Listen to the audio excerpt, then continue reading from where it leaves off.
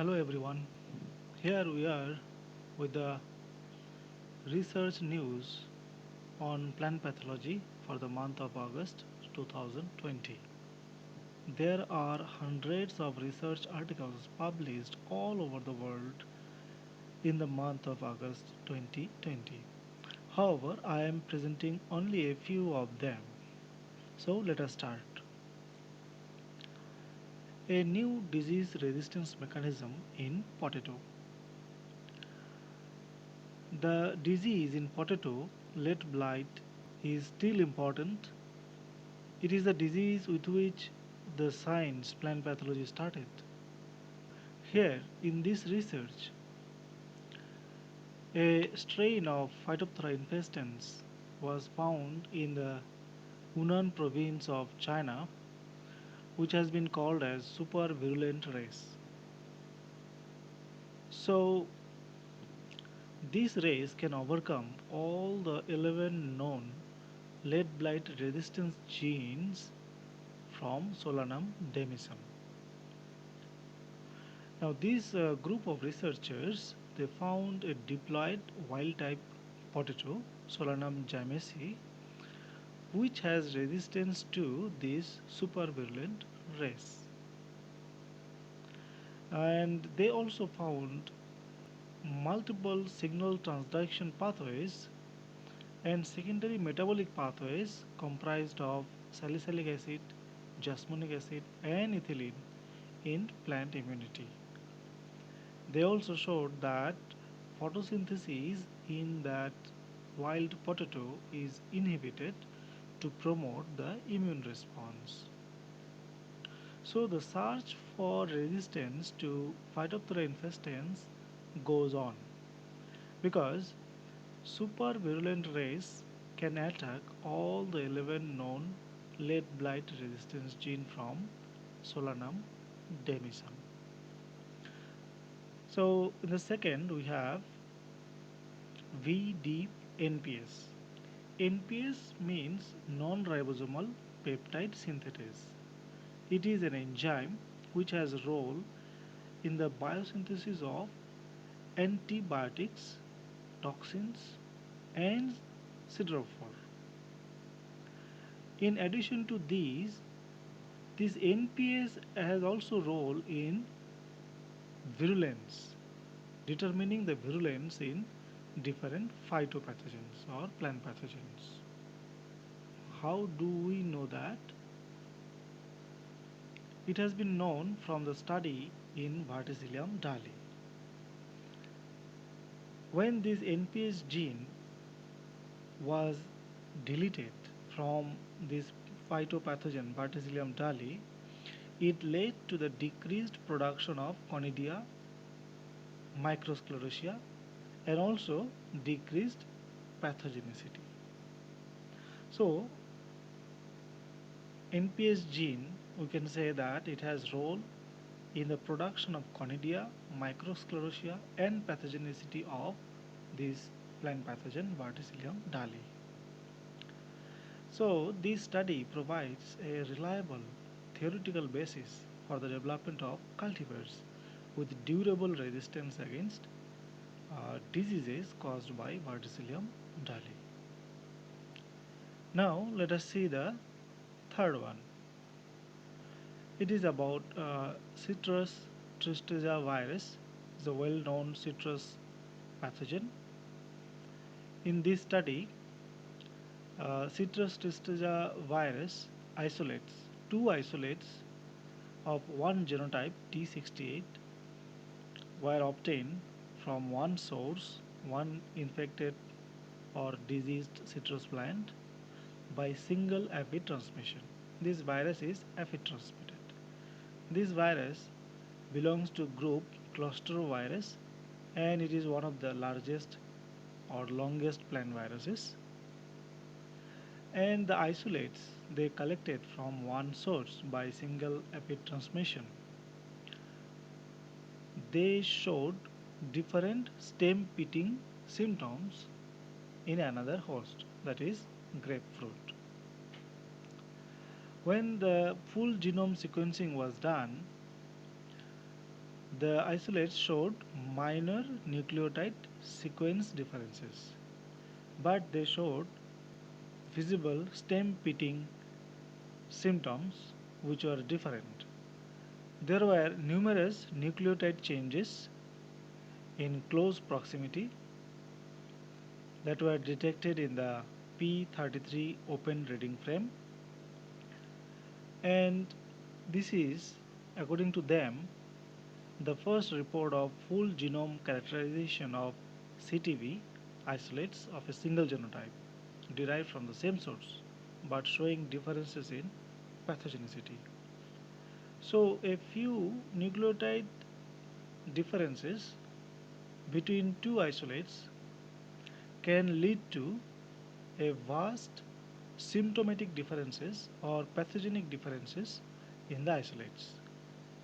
So these two isolates demonstrated differences in terms of pathogenicity, and this result demonstrates the development of intragenotype heterogeneity known to occur with single-stranded RNA viruses. So this is one RNA virus and we see the result here. So coming to the next,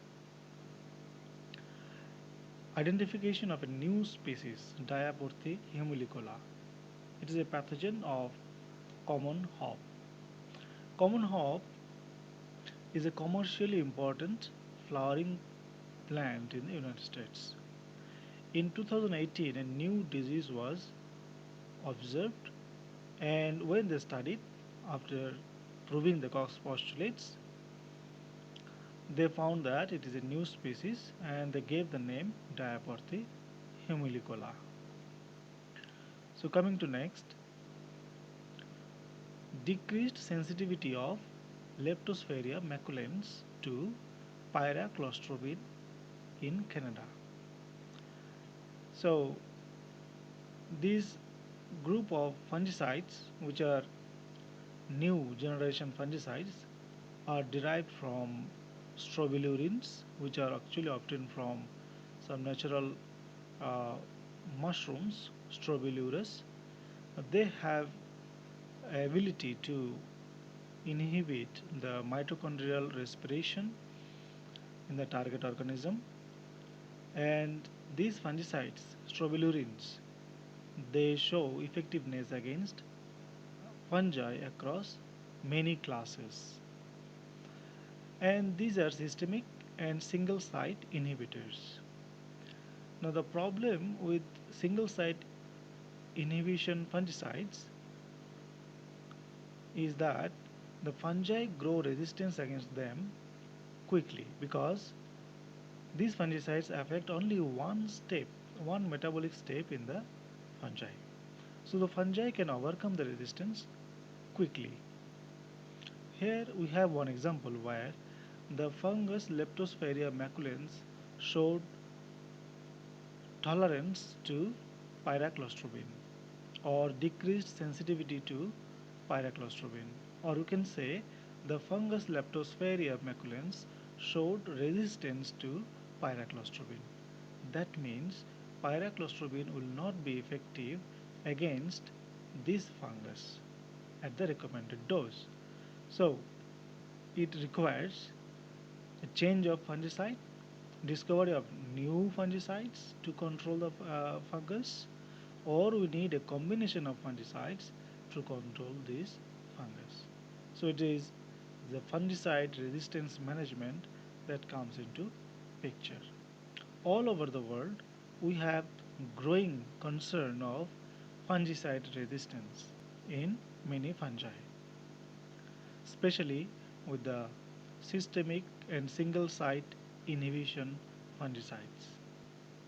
Now coming to next, exogenous calcium improved resistance to Botryosphaeria dothidea in Pear. It is a fungus which causes Pear ring rot. We know that calcium has a role to play in the plant defense response. Calcium is regarded as a messenger molecule in the plant defense response. These researchers have found that exogenous application of calcium can enhance the resistance to this pathogen, Botryosphaeria dothidea. Basically, this exogenous calcium application enhance increased autophagic activity and salicylic acid accumulation. Salicylic acid has a role in the plant defense. Salicylic acid based pathways are important to transduce the signals of plant disease resistance in the plant. And these findings reveal a new mechanism of calcium in increasing the tolerance of Pear to Botryosphaeria dothidea infection. So the next, biological control of powdery mildew on Cornus florida using endophytic Bacillus thuringiensis. We know that Bacillus thuringiensis or BT is a soil inhabiting bacterium and it is mainly in the use for management of insect pest. But these bacterium can also be found as endophyte inside the plant, doing no harm to the plant but protecting the plant against many pathogens. Now this endophytic Bacillus thuringiensis was isolated from Cornus florida and it was found to have inhibitory effect on the powdery mildew fungus on the plant. Next is citrus greening in Manipur, India. Citrus greening is a very devastating disease. In fact, this is the most important disease of citrus crop worldwide. And this disease is caused by a fastidious bacterium and it is called as Candidatus Liberibacter asiaticus or the Asiatic pathogen and Candidatus Liberibacter americanum for American pathogen and Candidatus Liberibacter africanum for the African one. Now in Manipur, this bacterium, fastidious bacterium, which cannot be grown in the lab and which has not been characterized fully till date, that's why the name Candidatus status has been given and the scientific name has not been fully coined.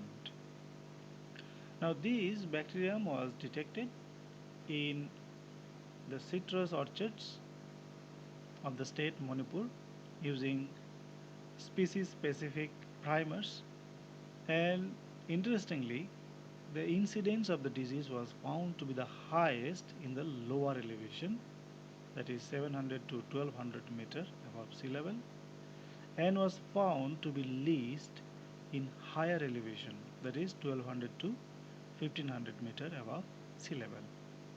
So this finding on the occurrence of citrus greening depending on the altitude of cultivation of the citrus crop has a meaning. So this finding can be utilized to manage the citrus greening pathogen in the future. Next comes Ralstonia solanacearum. It is a notorious soil inhabiting wilt causing bacterium of many plants. It is a gram-negative bacterium. It enters the plant through root and this study has found that apical meristem and the cotyledon leaves are the first regions to be colonized by this bacterium when inoculated in the tomato seedlings. So this study throws some light on the initiation of infection in the tomato seedlings.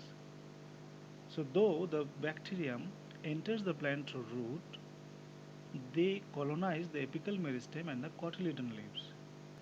So more research is required in other crops too which are infected by Ralstonia solanacearum.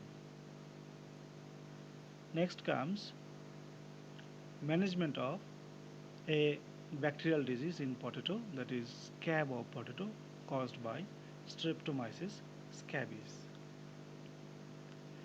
Now this scab disease in potato, it doesn't have a significant effect on tuber yield. However, it makes the tuber poor in quality and therefore reduces the marketability of potato. This is also a soil-borne pathogen and it is difficult to manage. However, we know that Streptomyces scabies occurs more in the soil where it is dry and the pH is neutral to alkaline. So one common strategy to manage scab disease in potato that we already know is irrigation of the field. So when you irrigate the field, the incidence of Streptomyces scabies goes down. Now in this study, the researchers found that crop rotation can also be useful to manage the pathogen. They found that 3 crop rotations, fallow rice potato, mung bean rice potato, and sun hemp rice potato showed maximum decrease in the population of the pathogen Streptomyces scabies in the soil. And mung bean and sun hemp based crop rotations enhance the rhizospheric soil microflora, especially the fluorescent pseudomonads and trichoderma. So it is an added advantage when we follow mung bean and sun hemp based crop rotations. In addition to decrease in the incidence of the scab disease in potato, these 2 crop rotations also improve the soil biological parameters because Pseudomonas fluorescens and Trichoderma species are also beneficial rhizospheric microorganisms. They provide resistance to or protection to crops.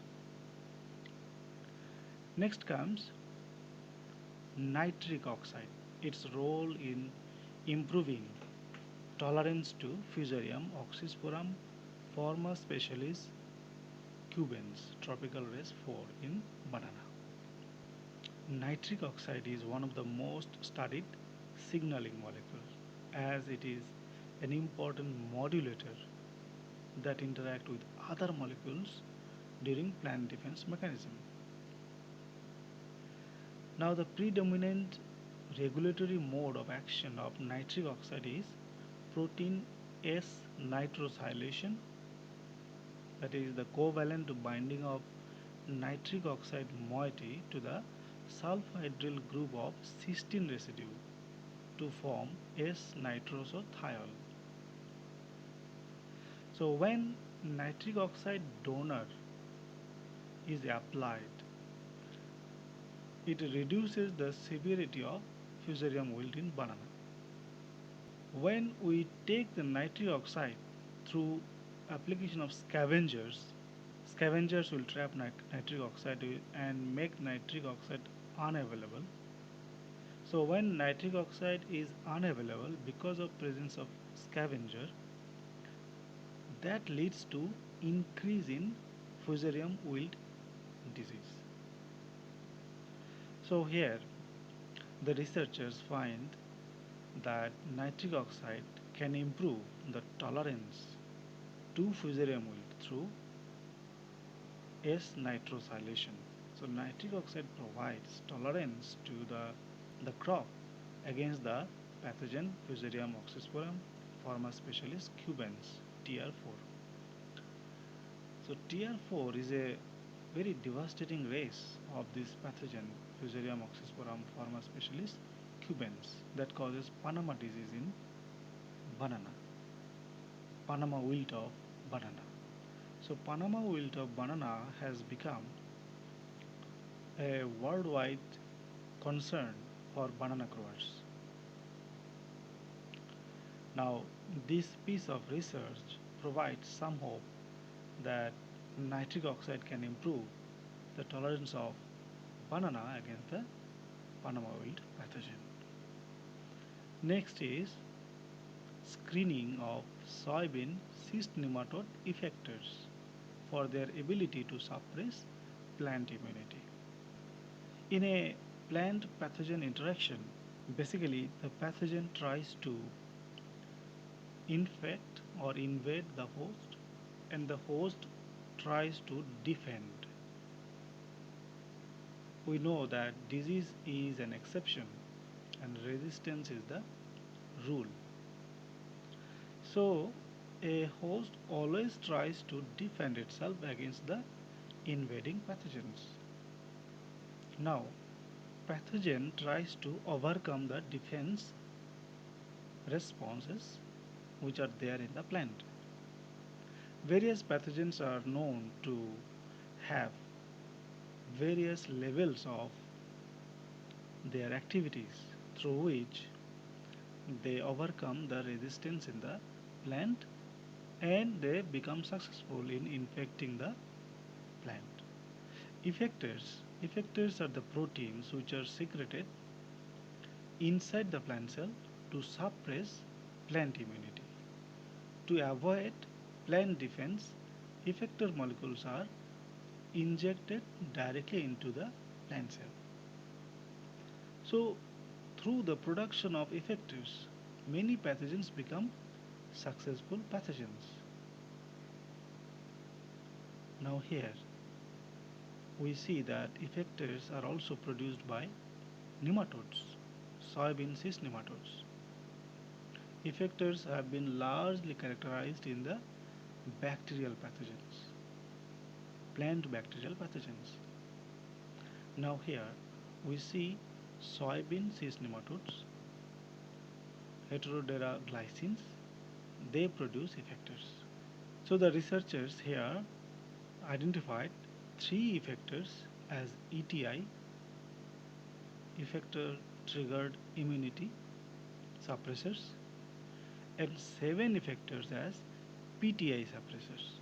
PTI stands for PAMP triggered immunity. So this soybean cyst nematode produces effectors to suppress plant immunity and thereby they become successful pathogens. Next comes a virus, cucumber mosaic virus 2A protein. Now this cucumber mosaic virus 2A protein, which is basically one RNA dependent RNA polymerase enzyme that has a role in the replication of the RNA molecule of the virus. So this enzyme is produced by the virus because the virus has a gene to produce it. So it is one function, that is replication of the RNA molecule, viral RNA molecule. Now these RNA polymerase enzyme has an additional function which has been found in this work. The additional function is stimulation of feeding deterrence against aphids, that is antogenosis. Now this antogenosis is thought to increase the probability that aphids, after acquiring CMV particles from brief probes of an infected plant's epidermal cells, will be discouraged from settling and instead will spread inoculum to neighboring plants. We know that these aphids have the behavior, probing behavior. That means they do not settle in one plant for a long time. So they keep sampling the plant sap, and in the process, because of their mobility, they go on spreading inoculum that they acquire from infected plant. Now the virus, cucumber mosaic virus protein, which has already a function of inherent function of replicating the viral RNA molecule, also increases this probing behavior of aphids. So the aphids do not settle, they are discouraged from settling, and instead they keep on spreading inoculum to neighboring plants. So this behavior in the insect vector aphid is also regulated by a virus coded protein. So this is an important finding. Next comes one first report of Lasiodiplodia pseudotheobromii, one fungus associated with the post-flowering stalk rot of maize. So this was reported in India. So this much was the update from my side for the month of August. Thank you very much.